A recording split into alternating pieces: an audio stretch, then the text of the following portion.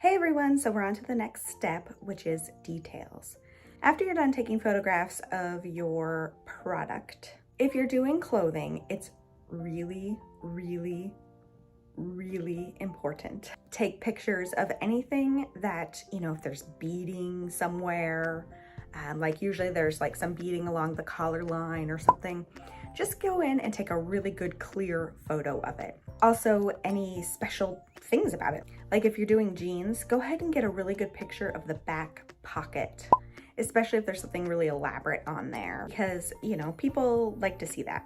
And if there's any flaws with the piece of clothing or whatever, make sure to document it, because it's just gonna cover your butt. If you're doing shoes, again, the same thing. If there's like a small mark or something, make sure you get a really clear picture of it and then write it in your description.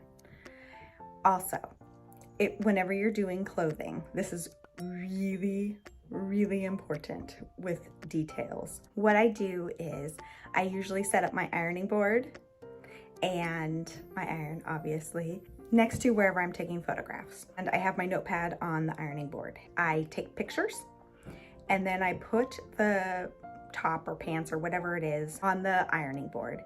And then you want to measure everything. I cannot tell you how frustrating it is as a buyer whenever I'm looking for a pair of pants or a top or whatever. Sure, it may say extra large, but one extra large might be somebody else's medium or 2X, like you just don't know. I find it really frustrating. Okay, fine, that top's extra large, but will it fit me? I don't know. And the other thing is, people will pepper you with questions after questions after questions. It's so annoying. And the one time you forget a measurement, I guarantee that will be the time you get at least 1 to 5 messages. Can you tell me the inseam of this, or how big's the zipper, or what's the length from the shoulder to the bottom hem? People, let me just tell you, you want to take measurements. So on my little notebook, I keep a little tape measure, and I don't use a regular tape measure like you would use to measure wood. I mean, you can, but I wouldn't. I would get a seamstress tape measure. That's very flexible. You just want that instead whenever you're measuring clothing. Go ahead and talk about what specifically you want to measure with each item of clothing. With shirts, you want to do shoulder seam to shoulder seam. You want to do armpit to the bottom. You want to do top shoulder to the bottom. You want to do across the bust, which I go in between the bottom of the armpits, and length of sleeve. And then it would be wise, you don't have to, but it would be wise if you're doing plus size clothing, the bottom seam, how wide that is. All right, so then for pants, you're gonna wanna do the waist, and you just measure straight across, but you're gonna wanna double it. So whatever it is, times 2. I have put 15 inches seam to seam, and people think that somebody has a 15-inch waist, and I'm like, no. So you have to say 30-inch waist. People understand that, but you just need to measure just seam to seam. I do hip, so the bottom of the crotch, straight across, seam to seam. That one people seem to understand. I do the rise, which is from the bottom seam of the crotch straight up to the top of the jean. That's the rise. I do the inseam, and I do the width at the bottom of the jean, so how wide the opening is. For dresses, I do the same thing as shirts. So I do shoulder seam to seam, armpit to the waistline, if there is a waistline. If not, use your best judgment. I do across the chest, the length of sleeves, and then I do from the waist down to the bottom of the skirt. I do the waist seam to seam.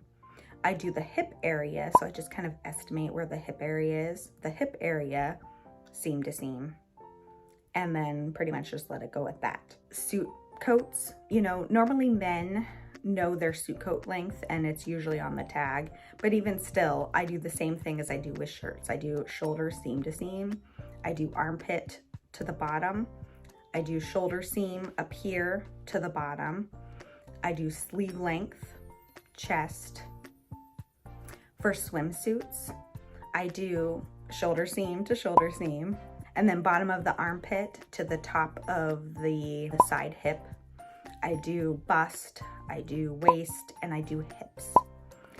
People want to know this information, and if you create listings without that, you're gonna be frustrated. I'm not gonna lie, it's frustrating.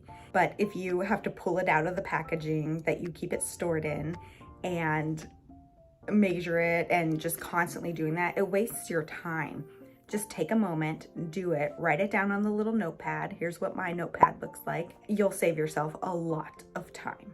Just take a moment and do it. It's to your advantage that you do that, because I prefer to touch the garment one time and store it away and not touch it again until I have to ship it. Like, I don't want to waste time digging around, hunting for stuff, just don't do it. You need to record in your notebook the brand, the size, how much you paid for it, and that you know from your haul whenever you figure it out on your receipt, all of your measurements. Then record, just make a little note. You don't have to get super detailed, just a note. Missing beading or flounce sleeves, embroidered pockets, whatever it is. Just write something, just a quick little note. So whenever you're writing your descriptions, you'll remember, oh yeah, I need to make sure I add that into the description. It's really helpful. What I generally did was I would do a whole row and then stop, go, and write up my description. Then I would do another row, stop, go, write up my description and my listings. That's what I did. Sometimes I would do two, but otherwise then it's just a lot of writing, a lot of typing, and then trying to remember, oh yeah, and going through my photos again. It's best to do it while it's fresh in your memory. You don't have to, it's just my recommendation. You can do it however you see fit, because it's your business and it's your life, and I'm just here to give you mine. Then I move to the next step, which will be in your next video, of how to write up a description. In both eBay and Poshmark, I use the same format for both. I will show you how to write up a description for clothing and for shoes.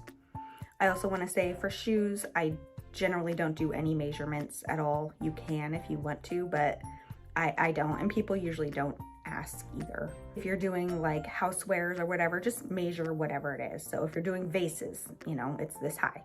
If you're doing teacups, you know, measure the saucer and the cup. All right, so that is all for your short little details video. Let's move on to writing descriptions.